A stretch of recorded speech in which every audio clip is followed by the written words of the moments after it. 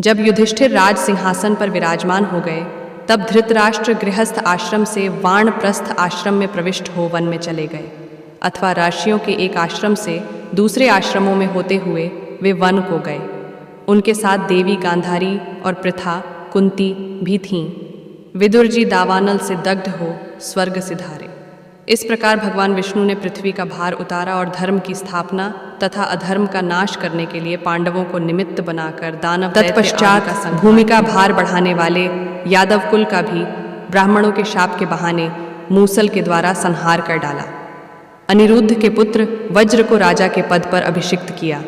तदनंतर देवताओं के अनुरोध से प्रभास क्षेत्र में श्रीहरि स्वयं ही स्थूल शरीर की लीला का संवरण करके अपने धाम को पधारे। वे इंद्रलोक और ब्रह्मलोक में स्वर्गवासी देवताओं द्वारा पूजित होते हैं। बलराम जी शेषनाग के स्वरूप थे, अत उन्होंने पाताल रूपी स्वर्ग का आश्रय लिया। अविनाशी भगवान श्रीहरि ध्यानी पुरुषों के ध्येय हैं। उनके अंतर्धान हो जाने पर समुद्र ने उनके निजी निवास स्थान छोड़ शेष द्वारकापुरी को अपने जल में डुबा दिया। अर्जुन ने मरे हुए यादवों का दाह संस्कार करके उनके लिए जलांजलि दी और धन आदि का दान किया। भगवान श्री कृष्ण की रानियों को, जो पहले अप्सराएं थीं और अष्टावक्र के शाप से मानवी रूप में प्रकट हुई थीं, लेकर हस्तिनापुर को चले। मार्ग में डंडे लिए हुए भीलों ने अर्जुन का तिरस्कार करके उन सब को छीन लिया। यह भी अष्टावक्र के शाप से ही संभव हुआ था। इससे अर्जुन के मन में बड़ा शोक हुआ। फिर महर्षि व्यास के सांत्वना न देने पर उन्हें यह निश्चय हुआ कि भगवान श्री कृष्ण के समीप रहने से ही मुझ में बल था।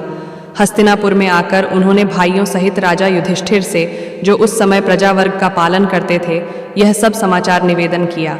वे बोले, भैया, वही धनुष है, वे ही बाण हैं, वही रथ है और वे ही घोड़े हैं, किंतु भगवान श्री कृष्ण के बिना सब कुछ उसी प्रकार नष्ट हो गया जैसे अश्रोत्रिय को दिया हुआ दान।